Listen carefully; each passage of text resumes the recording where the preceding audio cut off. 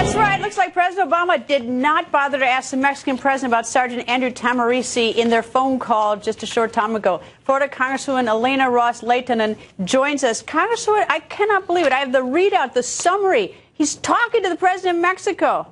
No mention of our Marine. It is inexcusable. It is inexplicable. It is obscene. It is horrific. This is a Marine veteran. This is a hero who has served our country in combat, worn our nation's uniform. 2 tours. Two tours, suffering with PTSD, trying to get help. As you pointed out, because you did that route, it is very easy to make a wrong turn. He took a wrong turn from the U.S. into Mexico, a wrong turn into the Twilight Zone. Meanwhile, he's been in a Mexican prison, and the days languish on for him. And he is beaten. He has been chained. He has been treated terribly. He's had some contact with the consulate. But what about the higher-ups? Well, I personally spoke to Vice President Biden about this case. He was not completely up to speed on it. I explained it to him, handed him a letter. He said he's going to look into it. This was now 8 days ago. What has he done? Well, the vice president today had a working lunch with the minister, the interior minister of Mexico. Did he bring up the case of this Marine hero?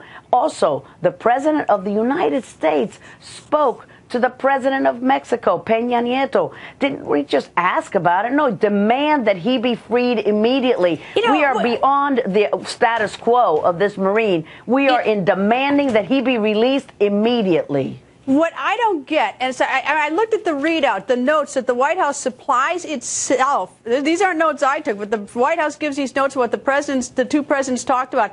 I'm hoping that this was an oversight, that that he actually had a conversation. They forgot to put it in the notes. I don't think so, because in my wildest dreams, I don't think I can't imagine President Obama not bringing it up with the president of Mexico. But not only that, they've got this petition website. And the White House says, you get 100,000 signatures in 30 days, and we'll answer your question. Well, that's a joke. That happened 21 days ago, and they haven't answered. It's like nobody gives a damn. Even the new press secretary, he says to Ed Henry, I'll get back to you. I'll get back to you. When? That is exactly what we just get told every time from the White House. As you pointed out in your previous segment, this is a town with no accountability, and that goes right up to the top. Now they'll probably tell us, oh, well, the president did, but it's such a sensitive nature that we didn't put it down in the notes of the transcript of what was talked about. Baloney. This is very clear that it was not talked about, and we're not asking for the status quo. We're not asking for what's happening. We're saying release this Marine. He has suffered enough.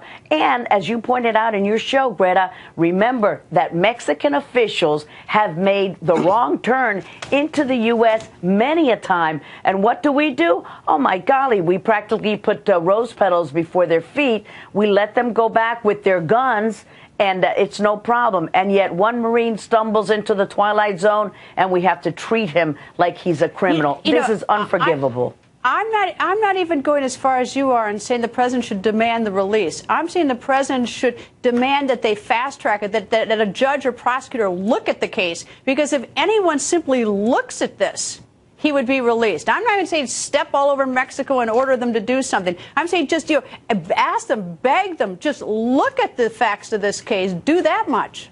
Well, the problem with just doing that, and you're right, that would be the diplomatic thing to do, is that it's gone on too long, number one. Number two, those jails are controlled by the drug cartels.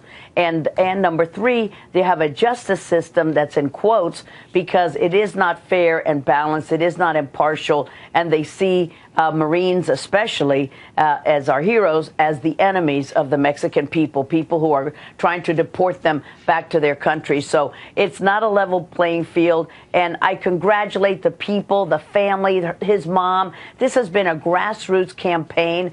And I was involved, as you know, because you helped me and Bill O'Reilly in bringing one of my constituents home who also made the wrong turn into the Twilight Zone, John Hammer, and Olivia, his mom. She's helping Jill, this Brave Marines mom all the way. But how sad that it's almost like a bake sale at the school level when we have all these big forces working against you. The president should be advocating for his release. They shouldn't be up to the moms to plead with elected officials to help them. It's pathetic. Yeah, and I hope the American people just keep calling the White House, keep pounding it, because sooner or later, call the State Department. Senator Secretary John Kerry can help too. But Congresswoman, thank you very much. Thank you, Greta.